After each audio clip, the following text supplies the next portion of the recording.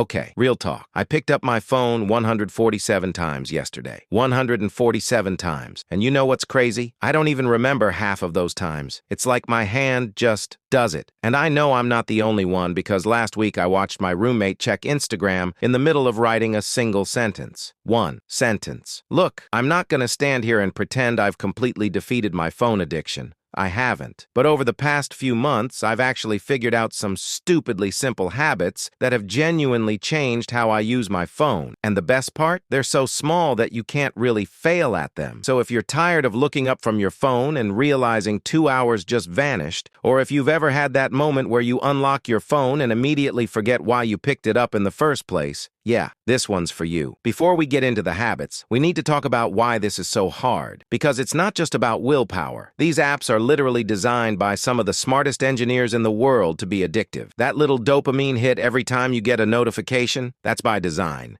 And here's what really messed me up. I failed my first midterm last semester. Not because I didn't study, but because I studied with my phone face up on my desk. Every buzz, every light up, my brain just left. I'd be reading the same paragraph 5 times because I kept checking my phone between sentences. The thing is, it's not even about the time we waste. It's about the focus we lose. Even just having your phone visible near you reduces your cognitive capacity. I'm not making this up. There's actual research on this. Your brain is literally using energy just knowing your phone is there, waiting. All right, so here's what actually worked for me. And remember, these are micro habits. We're not going full monk mode here.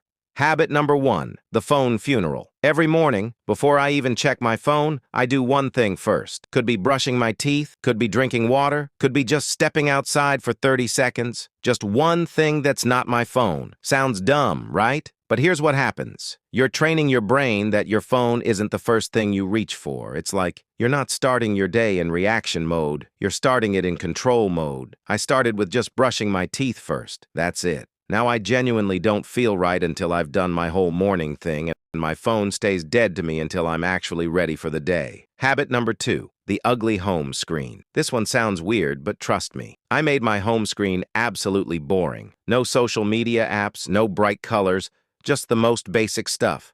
Calendar, notes, and that's about it. If I want Instagram, I have to swipe to another page and type it into the search. It's literally 3 extra seconds. But those 3 seconds, they make me pause and ask, wait, do I actually want to do this or am I just bored? Half the time, I don't even open the app because I realize I don't actually care. I was just doing it automatically. Habit number 3, one tab rule. When I'm studying or working, I only allow myself one tab or one app open at a time. Sounds extreme, but hear me out. Before, I'd have YouTube playing, Discord open, Instagram in another tab, and wonder why I couldn't focus. Now, if I'm writing an essay, that's the only thing on my screen. Phone's in another room, one document open. The first time I tried this, I finished a paper in half the time it usually takes. Half. And it was better quality because my brain was actually there. Habit number 4, the 10-minute rule. Whenever I feel the urge to grab my phone out of boredom, I tell myself I have to wait 10 minutes. Not forever, just 10 minutes. Most of the time, after 10 minutes, I've either gotten into what I'm doing or I've found something else to do. The urge just passes. It's like a wave. If you can ride it out for a few minutes, it goes away. And if after 10 minutes I still want to check my phone, I do it. No guilt. But at least it was a choice, not a reflex. Habit number 5, physical barriers. This is the big one. I bought a $15 kitchen timer. Old school, the kind that ticks. When I need to focus, I put my phone in a drawer in another room and set the timer for 25 minutes. It's not locked away.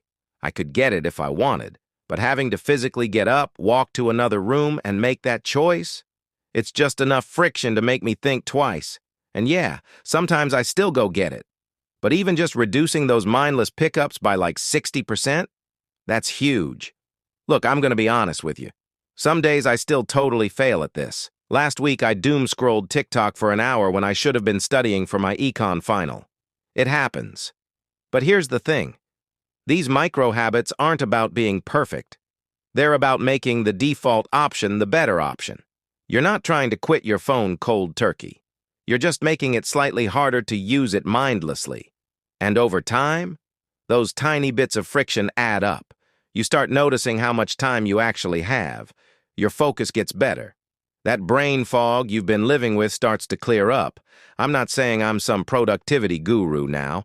I'm literally just a student who got tired of feeling like my phone owned me instead of the other way around. So here's my challenge for you. Pick one of these habits. Not all 5. Just one. Try it for 3 days and see what happens. For me, it was the phone funeral in the morning. That one habit cascaded into all the others because it made me realize how much I was operating on autopilot. And if you try this and it helps, let me know in the comments. Or if you've got your own weird habits that work, share those too, because honestly, we're all just out here trying to figure this out together.